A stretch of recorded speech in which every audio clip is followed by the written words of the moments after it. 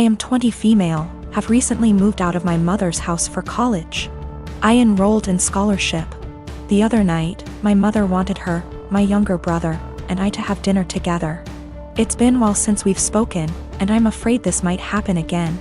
We were having a nice night, the dinner was delicious, and honestly, we were all having a good time. Eventually, we got onto the topic of how things were when I was younger. I made the comment on how her behavior when I was younger made me feel like I missed out on a lot of things as a child. She disagrees, and tells me that I'm being dramatic, and that my childhood was perfect. Quote, I was lucky to have a mom who cared as much as she did. My mother gave birth to me when she was 18. My father walked out when I was young, due to a personal conflict between the two. So, she raised me on her own until I was 7. She met a guy, and they ended up having a kid together, my younger brother. He was a golden child to my mom. His father was only a temporary item, as he left as well, soon after. Although the father of my brother was still visible in his life, I didn't have anyone to look up to as a father figure. Eventually, my mom went through a phase of depression after they separated. She started to care less and less about her children, and more about her parties and men she wanted to sleep with. It ended up getting so bad that by the time I was 10, I was a full-time caretaker of my younger brother. With the exceptions of the weekends he was with his father. I started to cook, clean, do everyone's laundry, and take care of everything outside of the boundaries of my home. From ages 13 to 15 I began missing out and losing good friends because I wasn't able to participate in any activity related to anyone else.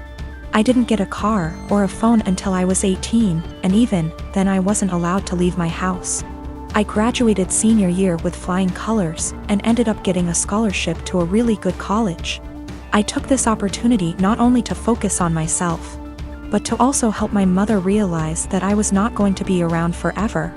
When she found out I got the scholarship, she threw a fit and told me I wasn't allowed to leave my responsibilities here at home. I left a week after the conversation. I did make sure that my younger brother was safe with his second guardian at the time. My mother and I talked on some occasions but never really kept contact. We got together, and you know the story. She told me I am an asshole for saying that she never really took care of me or my younger brother. I told her that eventually, she will need to get help and stop victimizing herself. But I'm starting to feel guilty, and that maybe I was dramatic after all. I've officially decided that I no longer need my mother in my life at this point in time. I'm now going to only focus on myself, and working towards a successful career in law. Of course, my mom won't take it well, but it won't really matter to her in the long run. Her children never really mattered to her. I'm going to stay in contact with my younger brother, though. I'm going to make sure that he doesn't possibly go through the same amount of trauma I did. I've been with my fiancé for 3 years, 8 months engaged. We've had our ups and downs, but for the most part things have been pretty great, until she moved in 6 months ago. We've been combining our lifestyles and finances, basically easing into merging our lives together. The problem is she's a people pleaser, in her own words. She's been in therapy for 6 years, and I guess I never knew how bad it was until moving in with her. A lot of which she's hidden from me. She recently was promoted into accounts payable at her company and realized she is the lowest paid person on payroll. She didn't negotiate a good starting wage, and has never asked for a raise, or had one, despite multiple promotions. She inherited a car a few months ago and sold it. She had offers online from $18,000 to $25,000.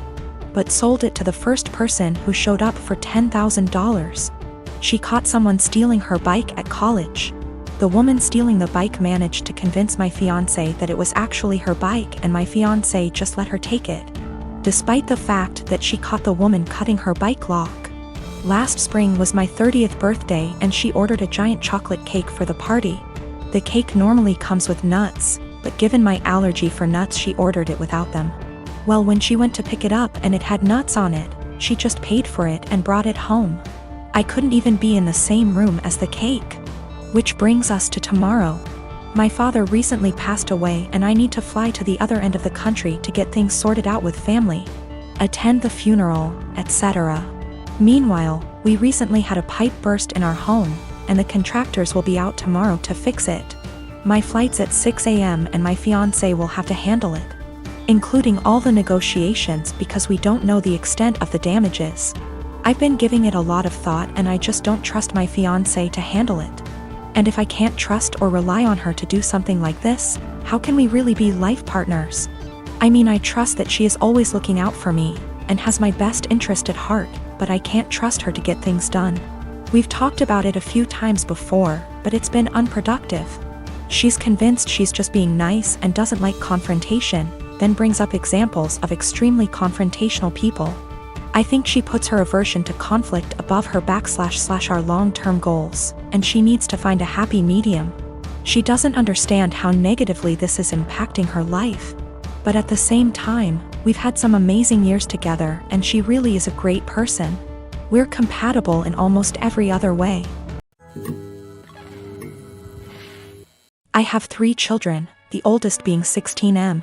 For my birthday last week my son went out and bought me this swinging hammock chair that I had been wanting for 2 years, and it cost him quite a bit of his saved money, which I fully intend to put back into his bank account so he can continue saving. He was so excited to see me open this gift and couldn't wait to help me set it up. I told him he shouldn't have, that it was a lot of money, and his response was, "You never get anything nice. I wanted you to have it." And it was true. I usually don't get anything for my birthday or Christmases outside of Tupperware or soaps. So it might sound stupid, but I have cherished this swing ever since he got it for me. Especially where I finally have something nice that's mine. My sister-in-law comes over once a week to see all of us, and she immediately headed straight for my swing, which my son hooked up on our deck. I told her to please not sit on it, and she said, "Is there a weight limit?" So I told her yes, 250 pounds, and I even showed her the box to confirm. She was not upset about this. She just said, "That's a bummer.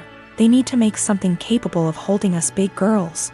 I simply agreed with her and went about my business. At this point my husband shows up from work.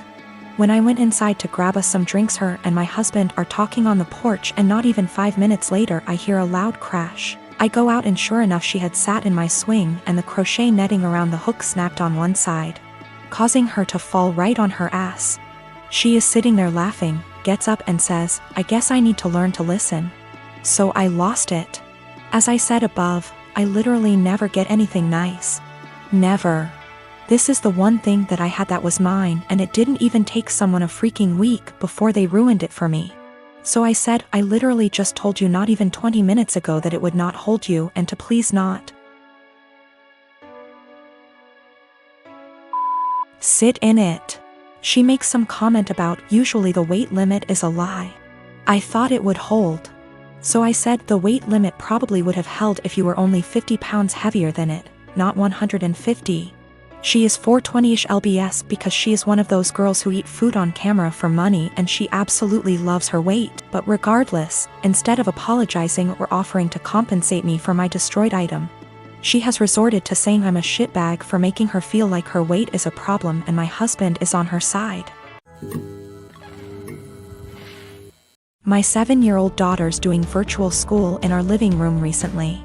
I heard her teacher address a girl named Kelly a few times, which stuck out to me because my daughter's class is only about 15 kids and I know them all by this point in the year. A couple times more and I realized she was calling my daughter Kelly.